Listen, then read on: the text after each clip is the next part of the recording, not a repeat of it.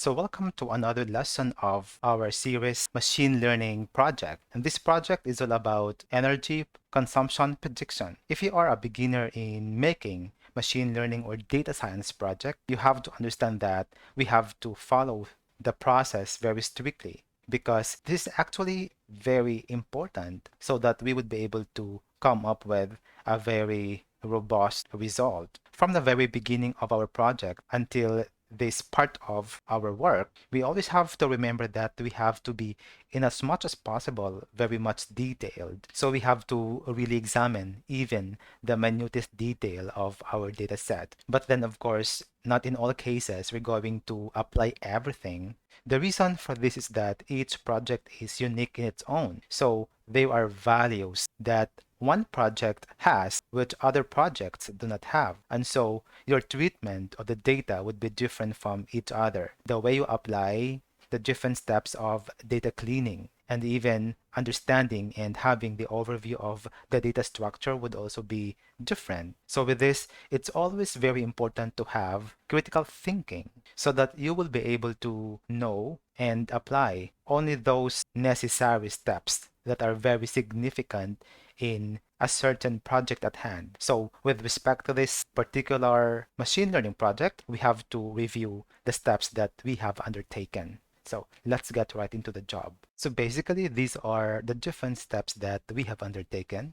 So we created our new environment, we read the data, and we knew the data structure. Let me correct the spelling first before we move on. Right. So we mentioned that it's always very important to create a new environment. It's because we can just add the new packages that we need for a certain machine learning project. And we always have to take note that not all machine learning project or data science project would use the same packages because each project is unique in its own, and because of this uniqueness, it uses those certain packages that are only applicable for a certain case. Okay, did you get it? So with that being said, you can never say that the project that your friend has would be the same to your project, and you're going to ask him about the different packages that he or she used for that project, and you're going to apply those things into your own. I think that's going to be a big no-no for making your machine learning project. Okay, so also it makes your project more organized because you can just easily see those files in your notebook that you have made, and with that it's always very easy to navigate from one file to another. And also we read the data, and with that we connected the source of our data to our Jupyter notebook. And also we were able to identify the kind of structure our dataset contains. So when we say structure, it always has something to do with the basic statistics, and these are the mean of our dataset. And more significantly, we were able to identify the mean of each variable. And also we identified the count of each one. And with that, we were able to study the 5-number summary. So when we say 5-number summary, it has something to do with the minimum, the maximum, the percentiles of our data set.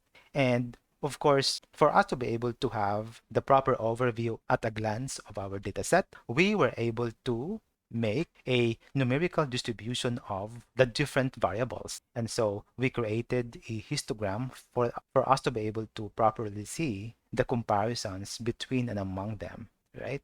And also we were able to did the data cleaning.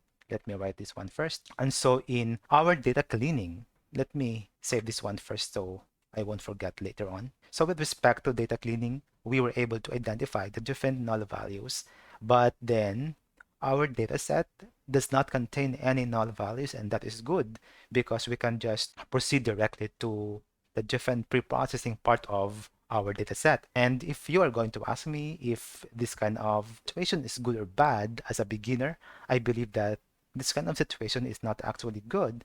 It's because this is not the kind of situation the real machine learning project, the real data science project really works. And maybe you would like to ask me why? It's because in the real scenario, when we are making the real machine learning project, we always have to start from scratch. And with that being said, we always have to create our data. So in this process of data creation, we always have to expect that there will always be null values. There will always be values that are repetitive. There will always be values that are very insignificant in our data set. And so with that, we have to have the proper treatment of these different conditions of our data, considering the fact that we have just taken our data set from a certain source that I've mentioned before. So more or less, this data set is clean.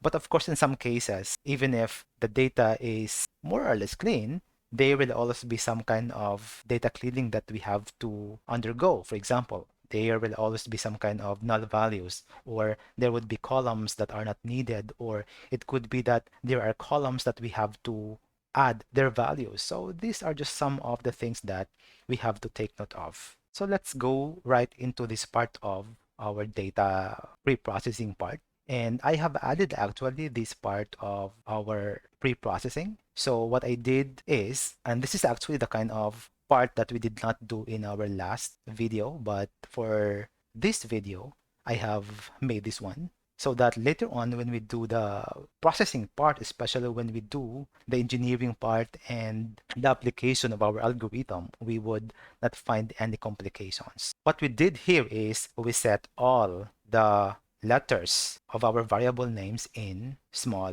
letters or lowercase. So as you could see here, we could see some uppercases like A, here is T, here is RH, here is T, here is RH, and many more. So the problem later on, if we are going to use these things in our code, we may forget that these letters are set in uppercases. And sometimes, because our mind is so much engrossed with the processing of the features and the application of the algorithm, we may forget this kind of situation and we think that we really made a very big mistake when actually the mistake is not that big.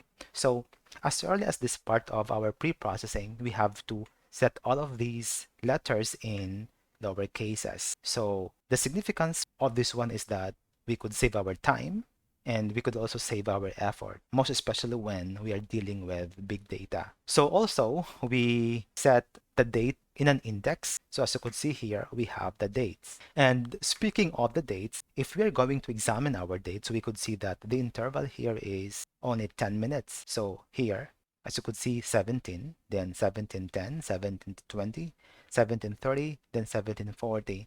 And in our feature engineering, we will decide later on what would be the interval that we are going to use in as much as we would like to objectively lessen the noise of our data.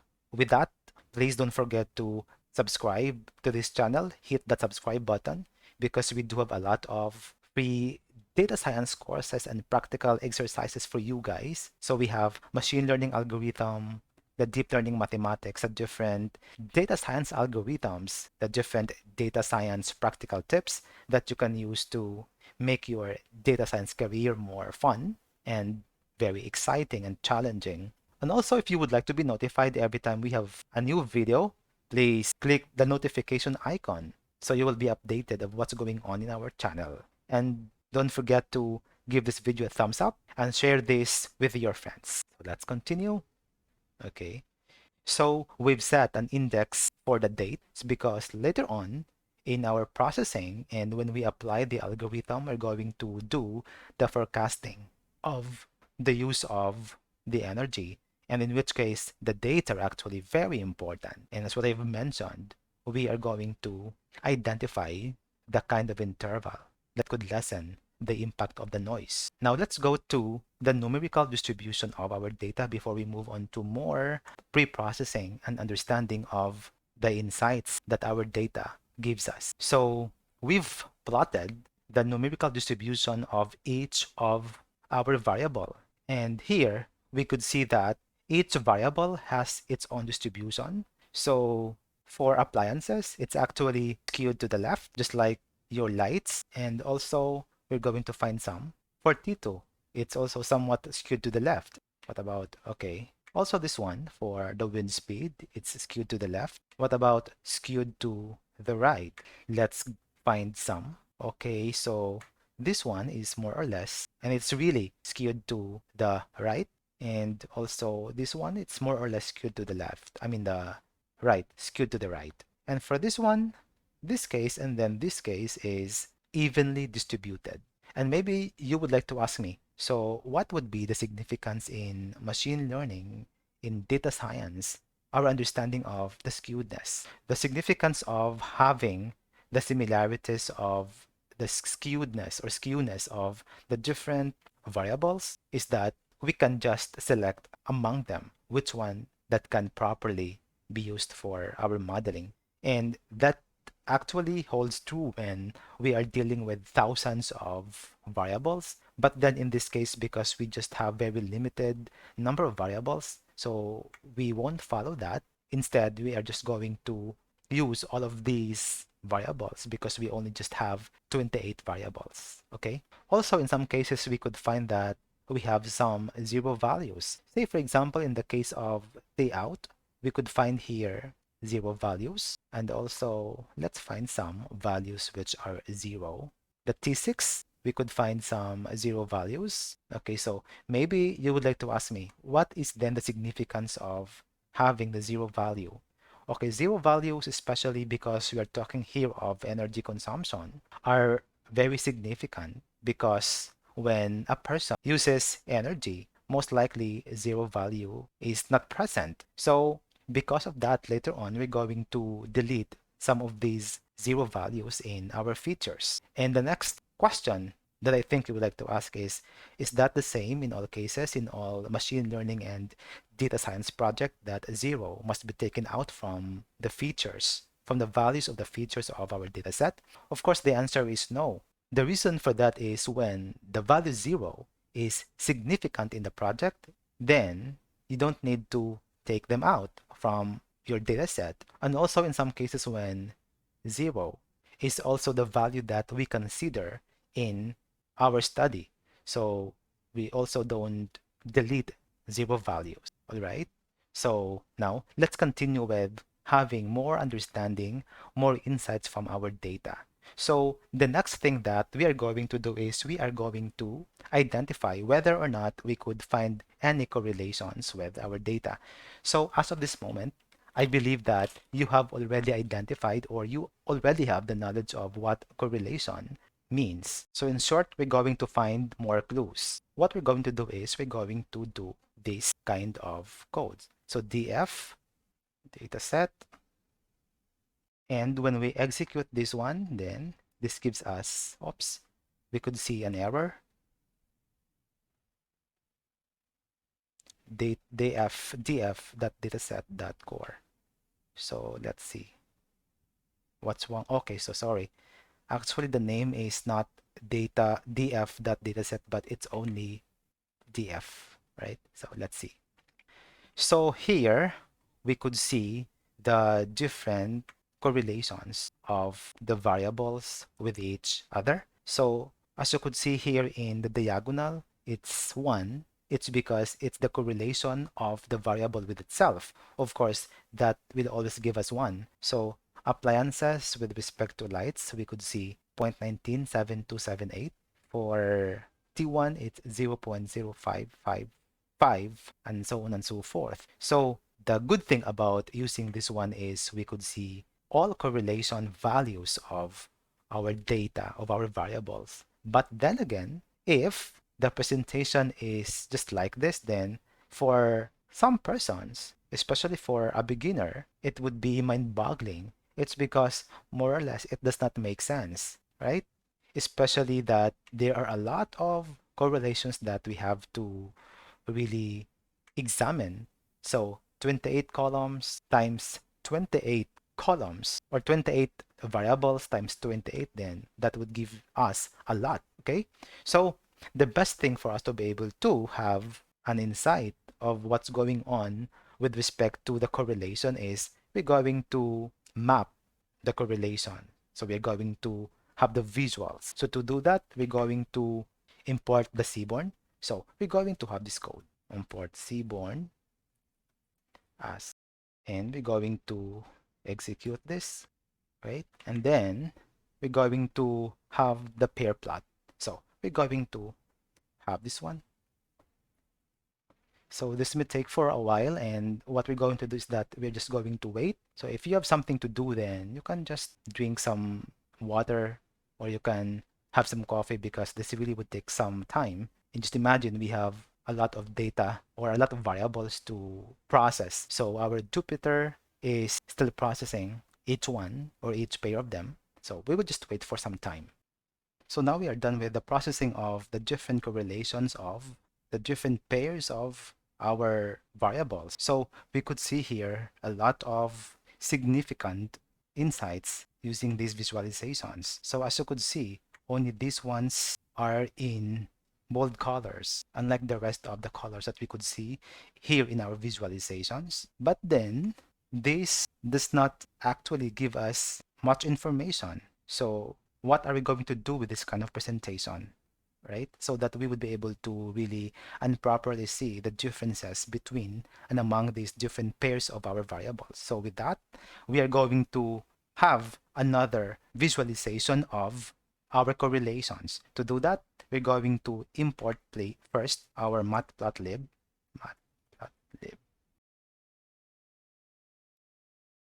So we have already imported our matplotlib, and this is very important for us to be able to make the heat map of the different correlations.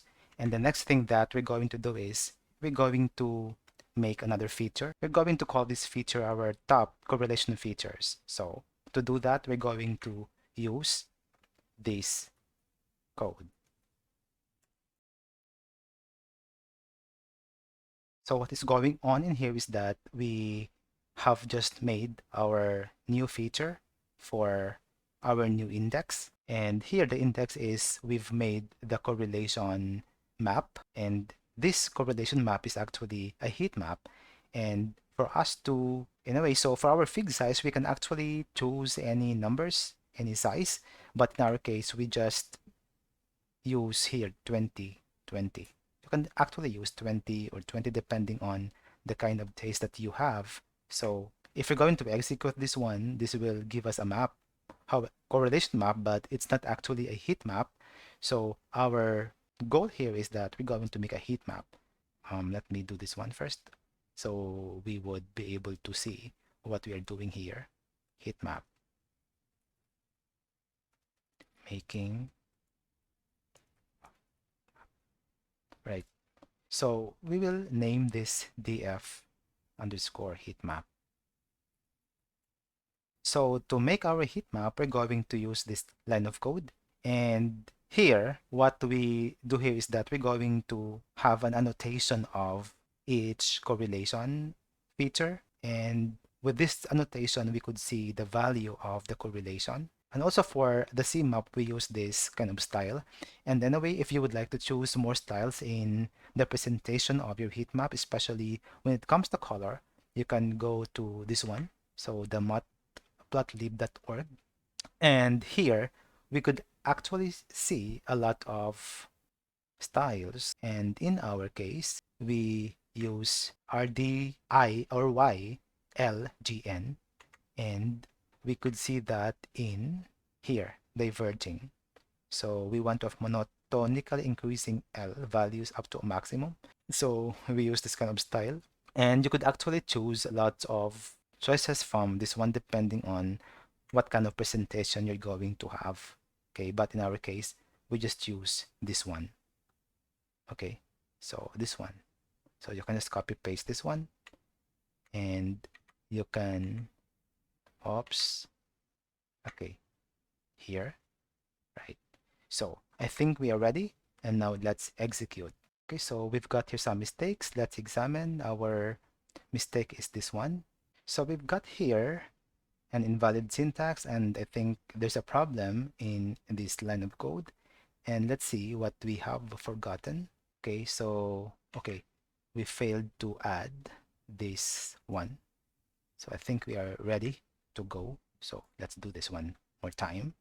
And let's wait for a few moments, and just like, okay, so we now have the results. Now our understanding of the different pairs of variables as far as the correlation is concerned is now clearer. So I'd like to point out before anything else that the darkest green here means the number one, which is positively correlated, and going to the darkest red here, it means that there is a negative, perfect negative correlation. Okay, so from perfect negative correlation going to the perfect positive correlation. So as you could see here, because it's the correlation of the variable with itself, of course it's always 1, right? So as you could see, because we use here annotation or annote equals true, then we could see the value of the correlation for each box in here, right? So this is the correlation of the appliance with itself, right? So this is the lights for appliance and so on and so forth.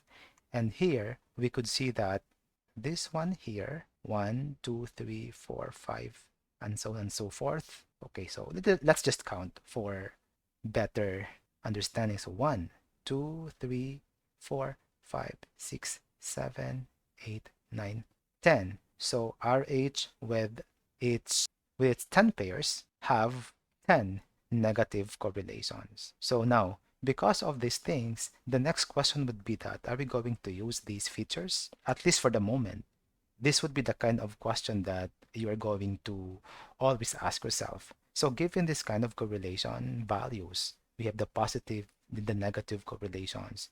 Is it advisable to use these pairs together if and only if we are just going to use some of these variables in our modeling?